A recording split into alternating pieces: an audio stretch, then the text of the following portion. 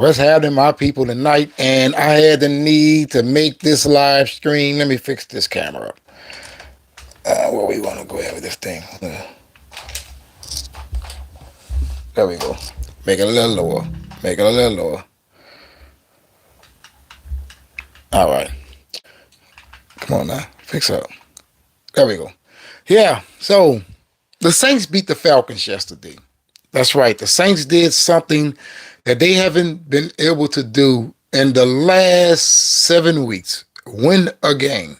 Now, what I have been seeing is a lot of negative fans, right, regarding that of the Saints. And don't get me wrong, everybody has every reason to be mad at this team this season. However, I need people to stop acting like it is Derek Carr who is the only problem for the Saints. In fact, Derek Carr isn't even a problem for the Saints. The Saints is a problem for the Saints. Now, what I have done this year that I haven't done in a long time was I got to go and watch a Saints game live, right? I was in the game out there in Georgia, right, with the Atlanta Falcons, the first game. And right then and there, what I seen was a very poor display of teamwork. Wide receivers was just running right past defenders. The Saints couldn't stop the run, couldn't stop the pass. And right then and there it hit me. Why do everybody blame Derek Carr when we can clearly see this team making mistakes every week? Think about it like this. Many people are saying, well, if Koo catches, well, he makes those 3 field goals, I'll take 1 field goal off because it was blocked. Let's just say Koo makes 2 of those field goals, right? People said that we would lose the game. However, I will come back and say, well, if Alvin Kamara catches that 70-yard pass from that of Derek Carr. See what I'm saying here? People are trying to discredit the win for no reason. I mean, I'm looking at people mad, talking about broken Carr, and I'm like, dude, Derek Carr is clearly showing you what he can do with this team when they're healthy, when they're getting some weapons going, right? Getting a little bit better as far as availability goes. Yeah, a lot of people still have not returned, but we have so many injuries at this very moment. I don't know why people believe that every time the Saints lost this season, it was because of Derek Carr. In fact, I believe in 4 of those games, maybe even 5, Derek Carr got us the lead with moments left in the game. The Atlanta game was one of them. The Carolina game was another. See, we do not have to score 30 and 40 points to win a game. All we have to do is focus on scoring more points than the opposing team. That is NFL 101. And it's going to be quite hard to do that when you can't even run the ball. Yesterday, Bijan Robinson, I believe that's his name, had more rushing yards than the entire Saints rushing attack. And that has happened multiple times this season. Multiple times that has happened this season.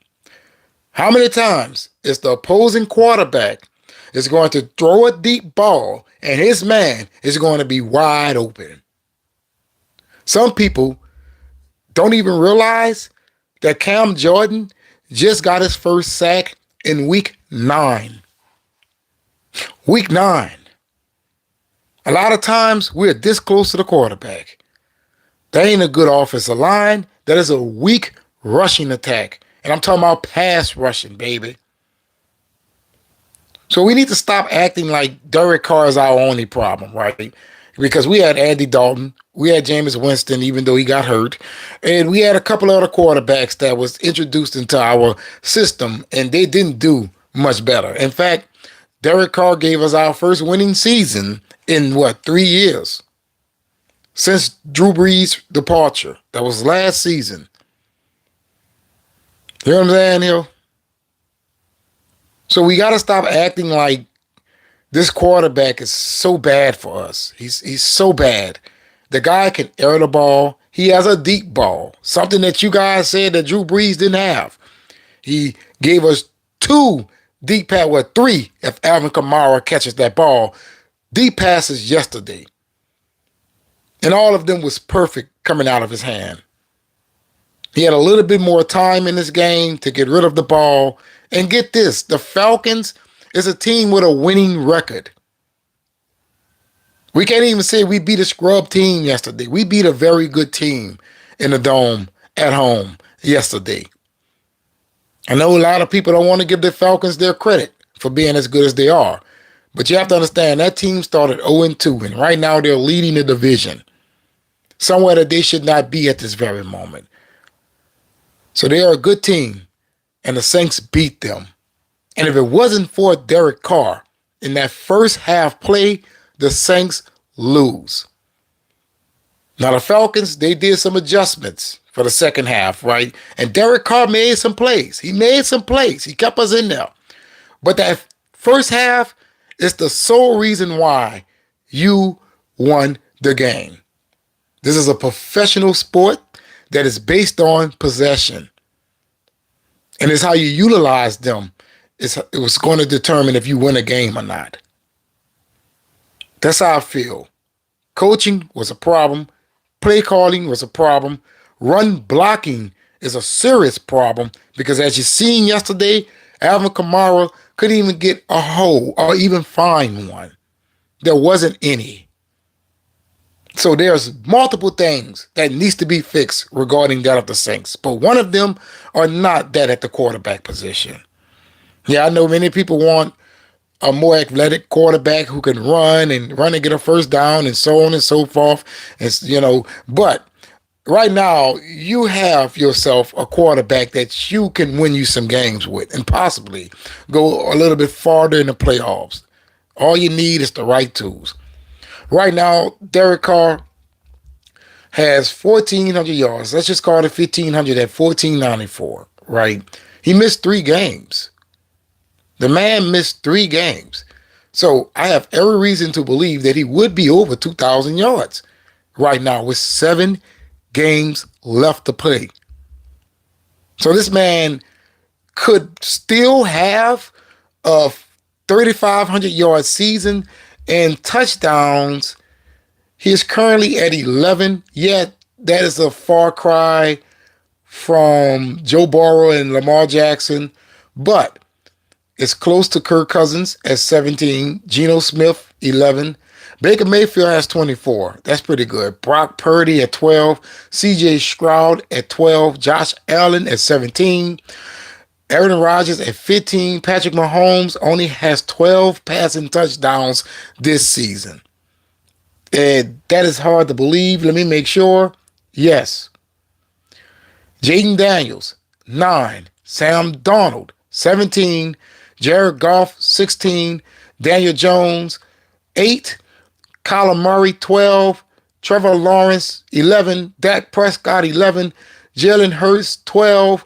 Matthew Stafford, 9. Bo Nix, 10. Justin Herbert, 11. Jordan Love, 15. Caleb Webbs, 9. And Gardner Minshew at 6. And the man missed 3 games. So in reality, I have every reason to believe that Derek Carr will be somewhere in the top 5 passing touchdowns this year if he doesn't miss those 5 games. And if he doesn't miss, I said 3 games. And if he doesn't miss those 3 games, he's easily amongst the top in passing yards. Joe Burrow, 2,600. Lamar Jackson, 2,600. Kirk Cousins, 2,600. Geno Smith, 2,500. Baker Mayfield, 2,500. Brock Purdy, 2,400. CJ Stroud at 23. Josh Allen at 22. Aaron Rodgers at 22. Patrick Mahomes at 22. The list goes on and on. And he's sitting there at 1,494, missing 3 games, and in a receiving core that is hurt at this very moment. See, it's the way that the cards has been dealt to us this season. The injuries hasn't done us any good. So the potential of this team was put on full display in those first two games. The moment that we start catching all of those injuries, we knew it was going to be tough to win some football games. And understand this, no one man can win you a game nor lose you a game. If a quarterback throws a passing touchdown, someone had to be there to catch it. That's all I had to say. If a running back scores the winning touchdown, a quarterback had to be there to hand him the ball, and the offensive line had to be sure to make sure that they open up the pathways for him to get there. This is teamwork, ladies and gentlemen. Always remember that. People who's mad at Derek Carr for this season has to understand this. It's not all of that man's fault. I would say out of 7 games, Derek Carr might have lost us 2 or 3. That's it. That's it. But if the defense did what they were supposed to do, we would be having a better record right now. That's right. That Atlanta game, stop Atlanta for getting into field goal range. Stop Carolina from scoring. Get to the quarterback more. Right? That's what we need. Have better coverage. We can't continue to have players running past our defenders as if they don't even see them. That is something I witnessed for these 9 weeks. So with that being said, just understand I'm not making excuses for that of Derek Carr, but I am letting it be known that Derek Carr isn't the Saints' problem at this very moment. I'm your boy O. Hopefully you have watched this video all the way to the end, help you brought that algorithm. And if you're not subscribed, please be sure to do so. I'm trying to reach that magical number 1,000 subscribers, so I'll be highly appreciative. You will help me cross over that threshold by hitting that subscribe button. And if y'all gonna hit that subscribe button, make sure you hit the notification bell, because YouTube absolutely sucks at notifying subscribers that content creators has uploaded videos to their platform. And don't forget to hit that like button to help me out that algorithm, baby. But in the comments below, let me know if you agree with me or disagree with me when I say that Derek Carr isn't the Saints' problem. It is all on teamwork. And always remember, let the bon temps roulette. That means let the good times roll. But let me know in the comments below.